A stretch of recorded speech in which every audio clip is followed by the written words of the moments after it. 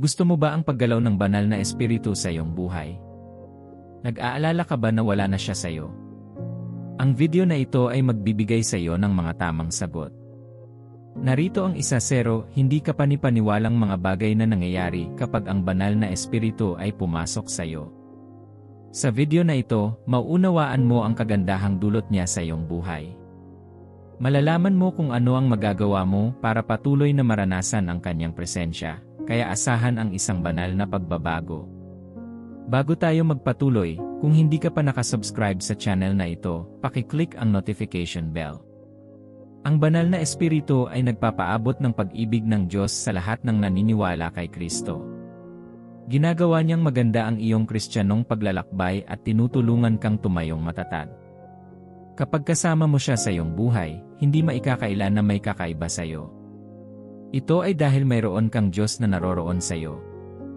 Ang Espiritu Santo ay Diyos. Siya ay bahagi ng Holy Trinity, at siya ang may kontrol sa kaharian ng Earth. Ang kanyang tungkulin ay tulungan kang maglakbay sa buhay. Ngunit paano mo matitiyak na siya ay nasa iyo?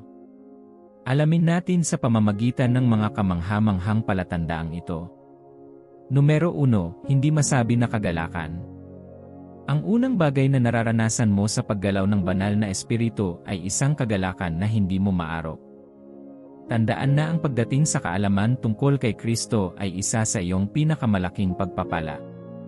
Ang iyong kaluluwa ay pag-aari na ngayon ng Diyos, at maaari mong ma-access ang buhay na walang hanggan. Kaya, binibigyan ka ng banal na espiritu ng kagalakan na ito upang maitatag ang iyong tagumpay laban sa dating kalikasan. Tinatanggap ka niya sa isang bagong panahon kasama ang Diyos. Ang kapaligiran ng langit ay isa sa patuloy na pagsamba at pagpupuri, kaya ang banal na espiritu ay nakikipag-usap sa pagiging nasa isang lugar ng pagdiriwang at kagalakan. Noong ipinadala siya ng Diyos Ama bilang regalo sa iyo, sinubukan niyang likhain ang parehong kapaligiran ng langit sa iyong buhay. Sa makatuwid, ito ay isang palatandaan na ang banal na espiritu ay naninirahan sa iyo kapag ikaw ay sumabog sa kagalakan at papuri sa Diyos. Kapag pumasok ka sa isang silid, sinindihan mo ang silid sa iyong masayang mukha. Ang iyong kagalakan ay magiging lubhang nakakahawa na ito ay nagdudulot sa mga tao sa paligid mo. Kung nasiyahan ka sa mga karanasang ito, kung gayon mayroon kang espiritu ng Diyos. Ang kagalakang ito na ibinibigay sa iyo ng banal na espiritu ay nananatiling hindi nagbabago anuman ang mga pangyayari. Hindi ito nagbabago kapag dumaan ka sa sakit, pagkabigo, o kalungkutan. Ito ay humahatak sa iyong puso sa mga sandali ng sakit at nagpapaalala sa iyo ng katapatan ng Diyos sa lahat ng naniniwala sa Kanya. Pangalawa, hinatulan ka niya tungkol kay Jesus. Ang isa pang bagay na ginagawa ng banal na espiritu ay nagdadala sa iyo ng isang malakas na pananalig sa iyong kaligtasan. Binibigyan ka niya ng matibay na paniniwala na totoo ang lakad mong Kristiyano.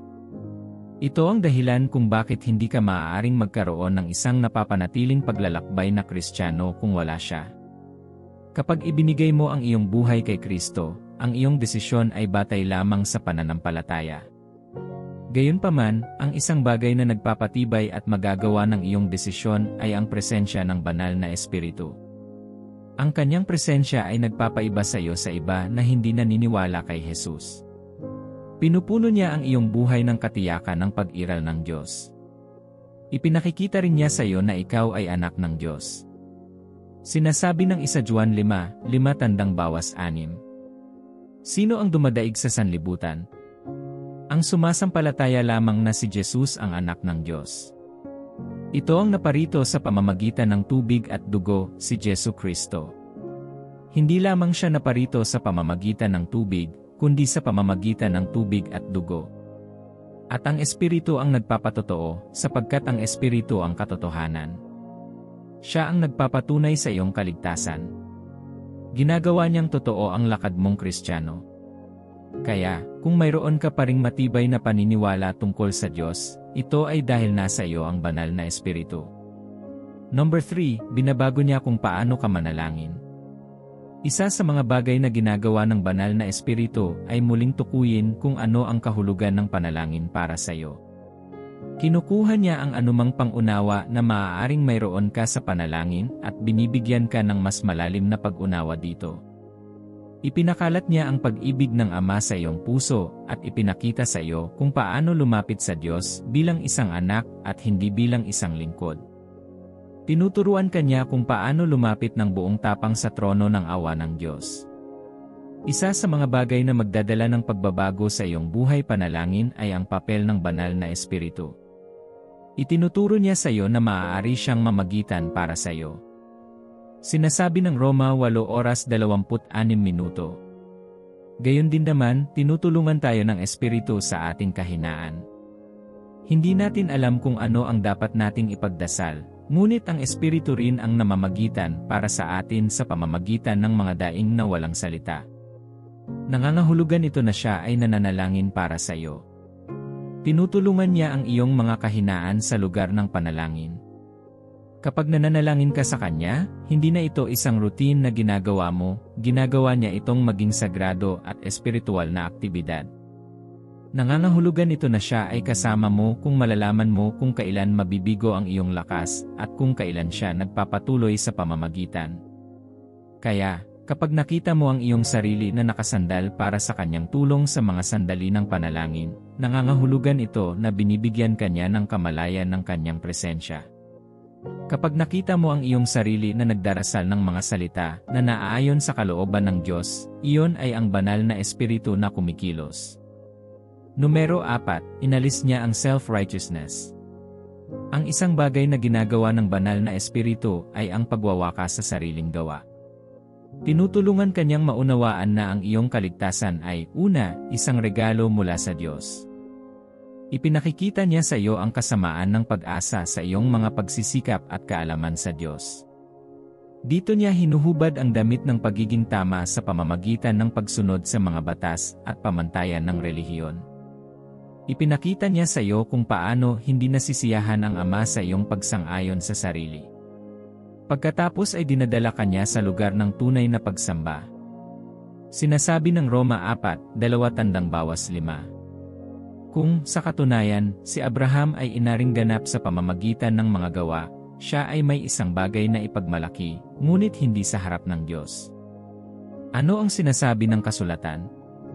Si Abraham ay naniwala sa Diyos, at ito ay ibinilang sa kanya bilang katuwiran. Gayunpaman, sa isa na hindi gumagawa ngunit nagtitiwala sa Diyos na nagpapawalang sala sa masama, ang kanilang pananampalataya ay ituturing na katuwiran. Ginagawa niya ang iyong motibo sa pagsasagawa ng espiritual na mga gawain. Itinuro niya sa iyo kung paano ang panalangin at mga gawain sa pag-aaral ng salita ay isang paraan upang maranasan ang pagkakaisa at hindi ang eksaktong pag-access sa Diyos. Kapag ang banal na espiritu ay nasa iyong buhay, pinananatili ka niya sa pakikipag-isa sa Diyos at ipinaunawa sa iyo na ang iyong katuwiran ay una sa pamamagitan ng pananampalataya sa Diyos at sa pamamagitan ng paniniwala sa sakripisyo ni Jesus para sa iyo. Kaya, kapag nakita mo ang iyong sarili sa tunay na paglilingkod, walang mga gawa, siya ay naroroon. Numero 5, inihayag niya ang Trinidad. Ang banal na espiritu ay bahagi ng banal na Trinidad, at siya ang presensya ng Diyos sa iyo. Kapag dumating siya sa iyong buhay, dinadala niya sa iyo ang kaalaman tungkol sa Diyos Ama at sa Anak. Maraming tao ang nag-isip na kapag sinimulan nilang tanggapin ang ministeryo ng banal na espiritu, nakakalimutan nila ang iba pang mga personalidad ng Trinidad. Ngunit tinuturuan kanya kung paano mahalin ang Ama. Siya ang espiritu ng pag-ibig na nag-uunat ng iyong mga kalamnan sa puso upang mapaunlakan ang Diyos. Kapag bigla kang nagsimulang makaranas ng matinding sigasig at pananabik para sa Diyos, ito ay ang banal na espiritu ang kumikilos. Ang isa sa mga paraan upang matutunan mong makilala ang isang tao ay sa pamamagitan ng unang pagbuo ng interes sa kanila, kaya ibinalik ka niya sa iyong unang pag-ibig. Naaalala mo ba noong una mong ibinigay ang iyong buhay kay Kristo? Naaalala mo ba ang excitement na iyong naramdaman? Malalim kang nakaugnay sa Diyos sa sandaling iyon at nais mong laging nasa piling niya. Ngunit sa paglipas ng panahon, nagsisimula kang makaligtaan ang iyong mga hakbang at nawawalan ng intimacy. Sa tuwing kailangan mong bumalik sa lugar ng pagkakaisa sa Ama, ang banal na Espiritu ay nakikilahok sa pagtulong sa iyo na makarating doon. Tinutulungan ka rin niyang tumuon sa salita. Itinuturo niya sa iyo kung paano maunawaan ang banal na kasulatan higit sa mga titik lamang. Tandaan na ang banal na Espiritu ay nagbigay inspirasyon sa mga pinahirang lalaki na sumulat ng Biblia, kaya sino ang nasa mas mabuting posisyon upang ipaliwanag ang salita ng Diyos sa iyo? Kapag tinuturuan ka niya tungkol sa salita ng Diyos, iniugnay niya ito sa iyo sa paraang madaling maunawaan mo.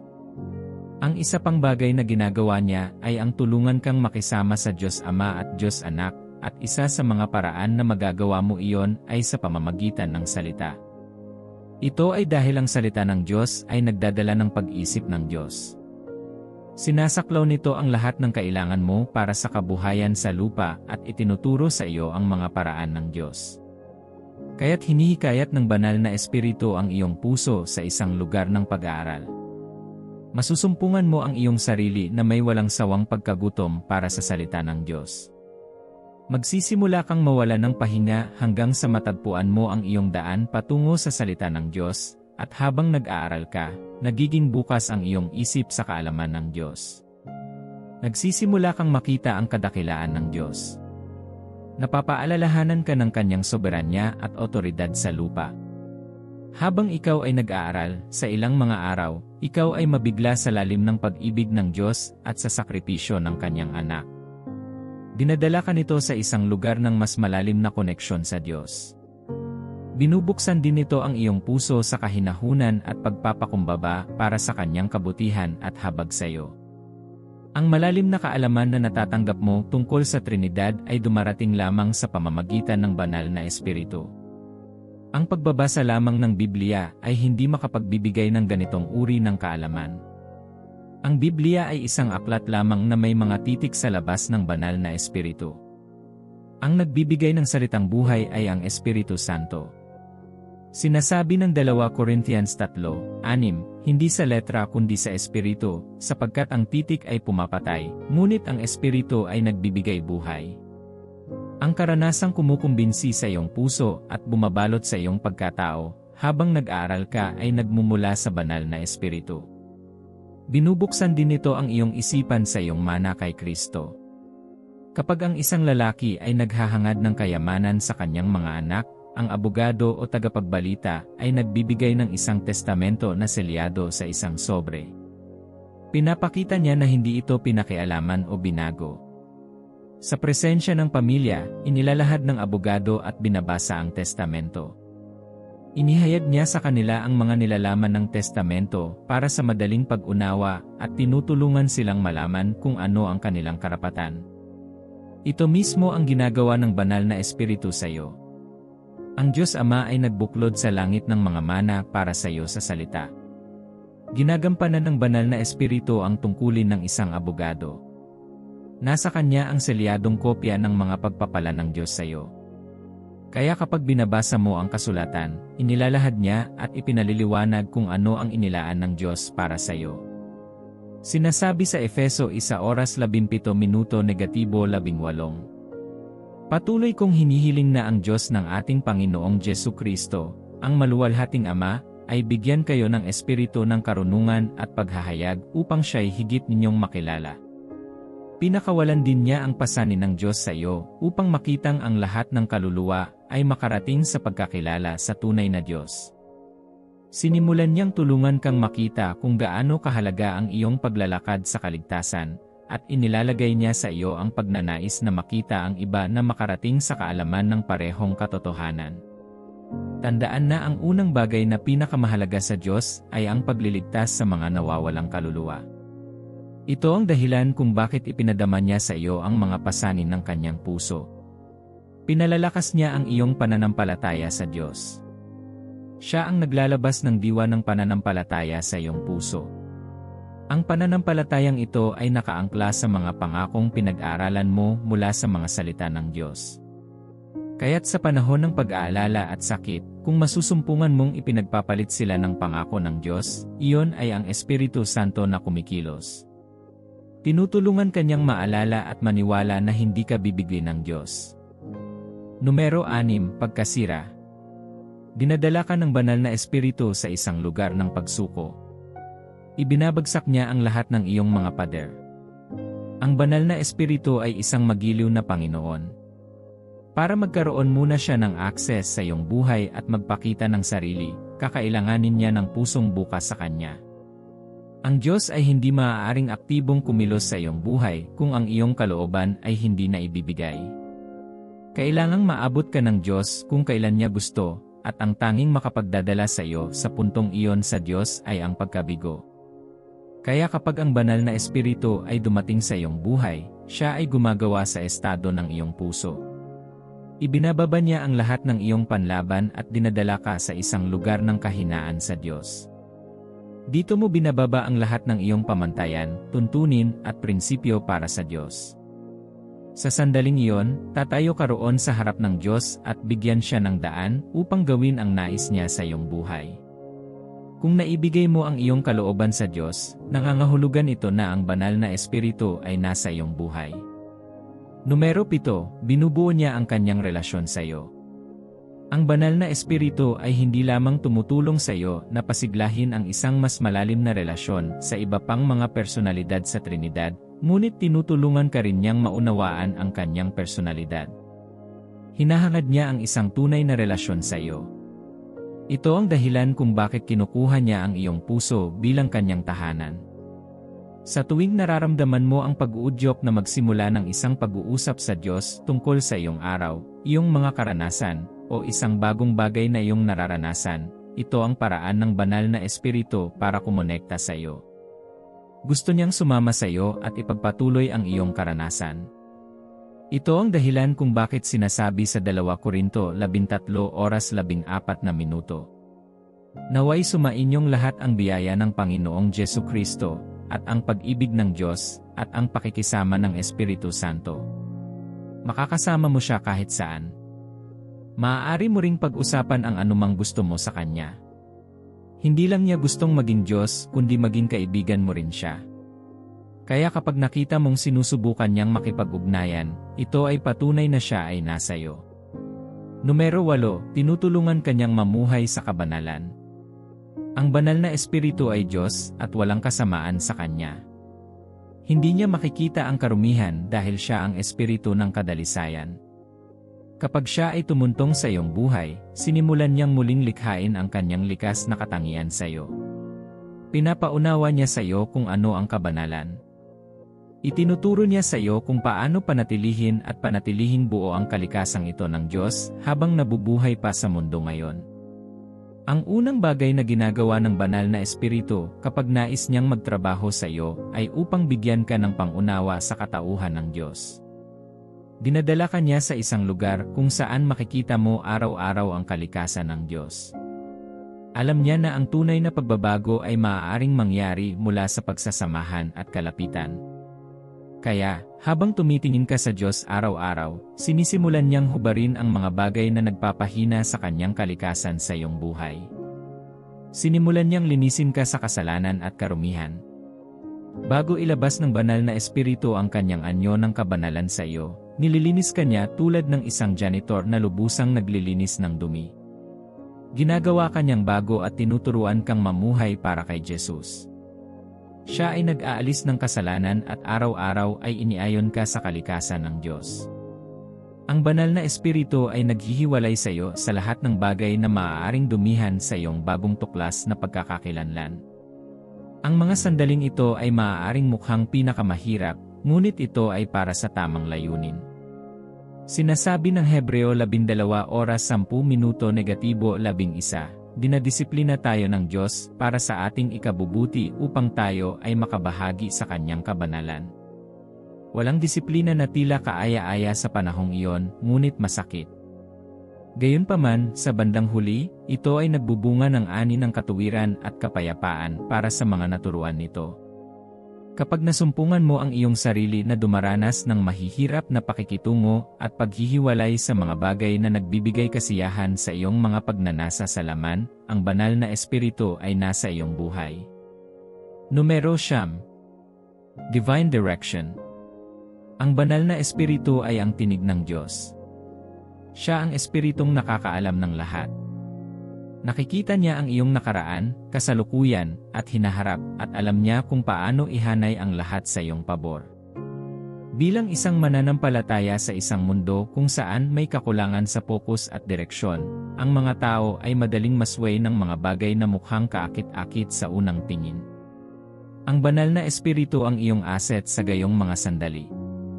Ang pagkakaroon niya sa iyong buhay ay nagbibigay sa iyo ng isang kalamangan dahil binibigyan ka niya ng isang kalamangan sa iba. Itinuturo niya ang iyong mga hakbang sa tamang landas at tinutulungan kang gumawa ng kaunting pagkakamali. Tandaan na siya ang espiritu ng katumpakan. Kaya, kapag pinamunuan ka niya, lagi niyang nilalayon ang mga tamang bagay. Ayaw niyang mahuli ka sa iyong mga hakbang.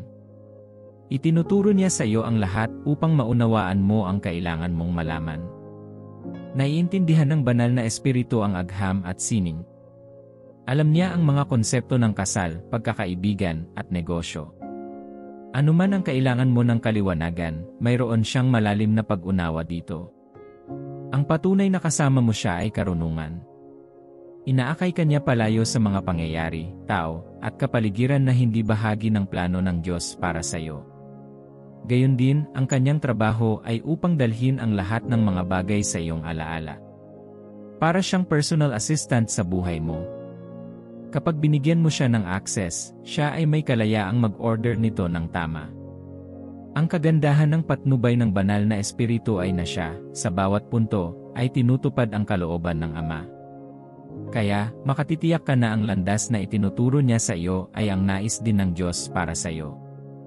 Siya rin ang tinig ng karunungan. Binibigyan ka niya ng malalim na pangunawa sa mundong ginagalawan mo.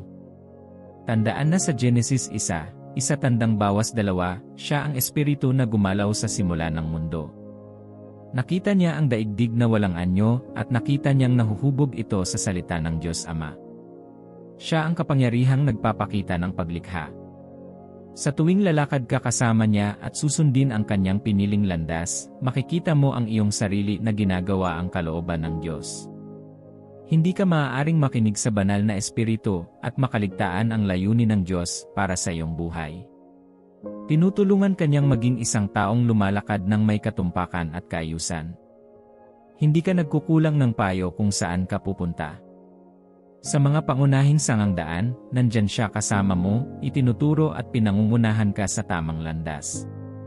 Kasabay ng direksyon na ibinibigay niya, naglalabas din siya sa iyo ng hindi pangkaraniwang lakas upang manatili sa karera. Nangangahulugan ito na hindi ka napapagod sa paggawa ng mga bagay na nagpapakain sa iyong banal na layunin. Sa mga sandali na nakakaramdam ka ng bombarded, tinutulungan ka ng banal na espiritu na ihanay ang iyong mga iniisip at pinapanatili kang gumagalaw. Bilang 1-0. Ang pagpapahid. Kapag tinanggap mo ang banal na espiritu, humakbang ka rin sa pagpapahid. Ito ay isang endowment ng banal na espiritu upang tuklasin at ipakita ang iyong mga banal na kakayahan. Binubuksan niya ang iyong mga regalo at inilalabas ang kanyang presensya sa iyo. Nagbibigay ito sa iyo ng access sa pagpapakita ng iyong mga banal na regalo ng madali. Ang pagpapahid ng banal na espiritu ay nagbubukod sa iyo, at ikaw ay naging isang sisidlan kung saan inaantig ng Diyos ang mga puso ng mga tao, sa pamamagitan ng mga salita na iyong sinasalita, ang mga awit na iyong kinakanta, ang sining na iyong idinisenyo, at ang mga damit na iyong ginawa. Ano man ang iyong gawin ay nagiging pambihira dahil ikaw na ngayon ang nagdadala ng ugnayan ng Diyos. Iniiba ka niya sa iba na gumagawa ng parehong bagay sa pamamagitan ng biyayang ibinibigay niya sa iyo. Isa sa mga pagpapahid na natatanggap mo ay ang mga kaloob ng banal na espiritu. Ang 1 Korinto 12:8-12 ay ganap na naglalarawan ng mga kaloob na inilalabas ng Espiritu Santo sa mananampalataya. Nariyan ang salita ng karunungan at paghahayag, ang espiritu ng pananampalataya, ang kaloob ng pagpapagaling, ang paggawa ng mga himala, ang kaloob ng propesya, at ang pagpapaliwanag ng mga wika. Kapag nalaman mong nararanasan mo ang alinman sa mga kaloob na ito, kasama mo ang banal na espiritu.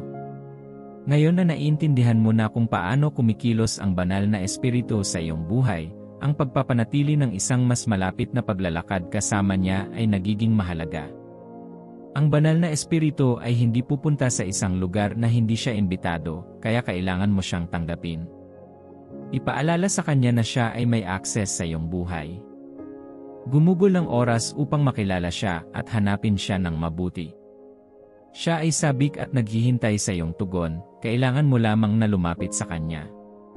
Ang Apokalipsis 3:20 ay nagsasabi, "Narito ako. Nakatayo ako sa pintuan at kumakatok. Kung ang sinuman ay makarinig ng aking tinig at magbukas ng pinto, ako ay papasok at kakain na kasama ng taong iyon, at sila'y kasama ko." Kailangan mo munang simulan ang pag-uusap sa pamamagitan ng pagbubukas ng pinto sa kanya. Ang matinding pananabik para sa banal na espiritu ay isa sa mga paraan na maaari mong ipaabot ang isang imbitasyon sa kanya. Kung talagang gusto mong naroroon siya, ang iyong pagnanais ay magpapatunay nito. At kapag naramdaman niya ang iyong matinding pangangailangan para sa kanya, hindi siya magdadalawang isip. Ang labis na kapayapaan na iyong nararamdaman ay patunay na siya ay humakbang sa iyong buhay. Hindi mo maipaliwanag ang katahimikan at katahimikan na iyong nararanasan. Ang kanyang kapayapaan ay gumagabay sa iyo sa mga hadlang sa buhay nang may katiyakan na siya ay laging makakasama mo. Ang pakikipag-ugnayan sa banal na espiritu ay mahalaga sa pagbuo ng isang lakad kasama niya. Kahit na ang banal na espiritu ay naroroon sa buhay ng bawat mananampalataya, ang kanyang ministeryo sa kanilang buhay ay maaaring hindi sa parehong antas, at ito ay nakasalalay lamang sa kung gaano karaming espasyo ang ibinibigay mo sa kanya. Tandaan na siya ay banayad at hindi makikialam. Hindi siya lumalakad sa mga lugar o gumagawa ng mga input sa ilang mga lugar na hindi mo pinahihintulutan sa kanya, kaya kailangan mong bigyan siya ng access. Ang isang mas mahusay na paraan upang mapalago ang iyong pakikisama sa Diyos ay sa pamamagitan ng pagpapahalaga sa kanyang presensya at pag-aaral na tamasahin siya. Kailangan mong maging maalalahanin ang banal na espiritu sa iyong buhay. Kapag nakaupo ka sa katahimikan, lumikha ng isang puwang para sa kanya, at sa sandaling iyon, habang nagninilay-nilay, ipaalam sa kanya na handa kang makinig kapag siya ay nagsasalita. Kapag gusto mong gumawa ng mga desisyon, hingin ang kanyang mga opinyon. Maaari siyang magbigay ng input sa maliliit na bagay dahil nagmamalasakit siya sa iyo. Habang gumagawa ka ng mga sandali para sa kanya, mas matindi mong nararamdaman ang kanyang presensya. Kapag gumugugol ka ng oras sa kanya, dapat mong obserbahan kung paano siya nakikipag-ugnayan sa iyo at makibagay dito. Sa mga sandali kung saan siya ay isang kaibigan, maging bukas sa pakikipag-usap sa kanya tungkol sa iyong pinakamalalim na pangangailangan. Kapag sinaway at pinarusahan ka niya bilang iyong Panginoon, dapat mong matutunang tanggapin ang mga pagtutuwid na iyon ng may pagpapakumbaba ng puso. Tandaan na itinutuwid ka niya dahil nasa puso niya ang iyong interes. Itinutuwid lamang niya ang mga mahal niya. Dapat kang matutong magsakripisyo upang mapanatili ang iyong kaugnayan sa banal na espiritu. Ito ay nangangailangan ng iyong intensyonalidad sa paggawa ng mga desisyon na nagpapanatili sa kanya sa iyong buhay. Ang banal na espiritu, bagaman banayad at simple, ay lubos na pinananatili. Nangangahulugan ito na dapat kang gumawa ng mga karagdagang hakbang upang maprotektahan ang iyong kaugnayan sa kanya. Kinamumuhian niya ang kasalanan at hindi niya ito titiisin kahit na mahal ka niya. Kaya, kung makikipag-ugnayan ka sa kanya o masangkot sa mga sitwasyong hindi nakalulugod sa kanya, tahimik siyang umalis sa iyong buhay. Dapat kang matutong makinig kapag siya ay tumanggi sa ilang mga asosasyon. Kapag pinaghihigpitan ka niya sa ilang mga kaganapan at samahan, nais niyang piliin mo ang pakikisama sa kanya. Ito ay isang mulat na desisyon na ginagawa mo araw-araw. Ang ilan sa mga desisyong ito ay mahirap gawin, ngunit tandaan na siya ay kasama mo. Bibigyan ka niya ng lakas para malampasan ang mga ganitong sandali.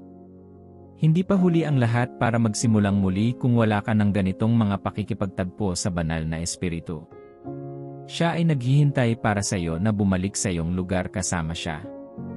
Lilinisin ka niya at tutulungan kang magsimula sa isang malinis na talaan. Ang paglalakbay kasama ang banal na espiritu ay isang magandang karanasan. Kailangan mo lang buksan ang iyong puso sa Kanya. Nagsisimula ito sa ganap na pagsuko at pagtitiwala. Makikita mo siyang kumikilos ng malakas sa iyong buhay. Manalangin tayo. Ama sa langit, narito ako upang magpasalamat sa iyong kabutihan sa aking buhay. Ipinaalala mo sa akin araw-araw ang iyong mapagmahal na kabaitan at magiliw na awa sa akin. Salamat sa pagtuturo sa akin kung paano maunawaan ang ministeryo ng banal na espiritu. Alam ko na ngayon kung paano siya kumikilos at nauunawaan ang kanyang lugar sa aking buhay. Salamat sa palaging pagpapakain sa aking espiritu at kaluluwa ng tamang kaalaman. Hinihiling ko na dalisayin mo ang aking puso, Panginoon. Nais kong mabuhay para sa iyo at igalang ang iyong kalooban, ngunit kadalasan, ang mga pagkagambala ay humahadlang. Mangyaring ibalik ang aking puso sa iyo ngayon. Bigyan mo ako ng biyayang makalakad kasama mo at humiwalay sa bawat kasalanan na madaling bumabagabag sa akin. Nais kitang makilala, Panginoon. Ang iyong landas ay lampas sa pangunawa ng tao, ngunit alam ko na ngayon na ang banal na espiritu ay makakatulong sa akin na magkaroon ng pananaw. Kaya ngayon, tinatanggap kita, banal na espiritu, sa aking buhay. Hindi ako mabubuhay para sa Diyos lamang, kaya't pumasok ka sa aking puso. Halika, turuan mo ako kung paano bumuo ng isang pangmatagalang pakikisama sa Diyos. Kailangan ko kayo upang tulungan akong lumakad ng naayon sa iyo. Ibinibigay ko ang aking kalooban sa iyo, Panginoon. Inaamin ko na higit sa iyo, wala akong inilalagay na iba. Hayaan ang aking puso na patuloy na manabik sa iyong presensya. Buksan ang aking mga mata sa pag-unawa at turuan akong manatili sa iyong presensya palagi.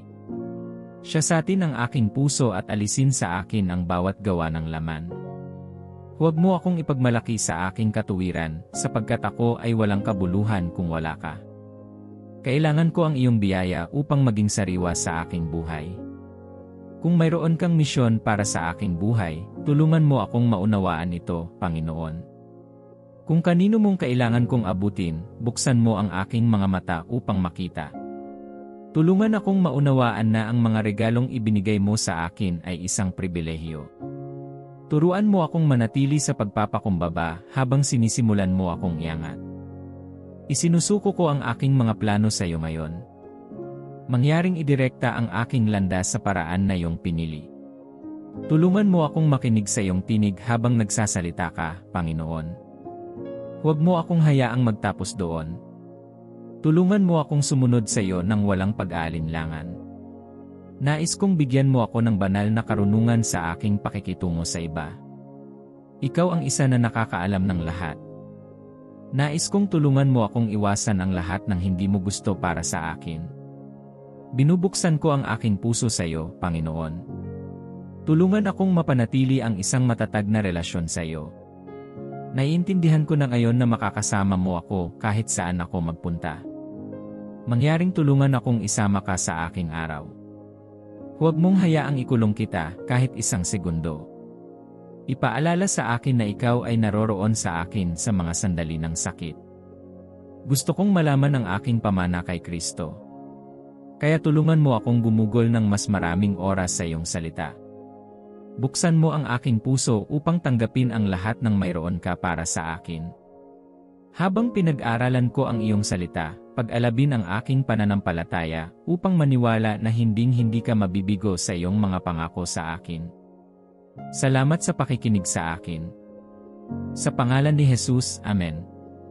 Kung nabiyayaan ka ng video na ito, mangyaring mag-like, mag-drop ng komento, at mag-subscribe.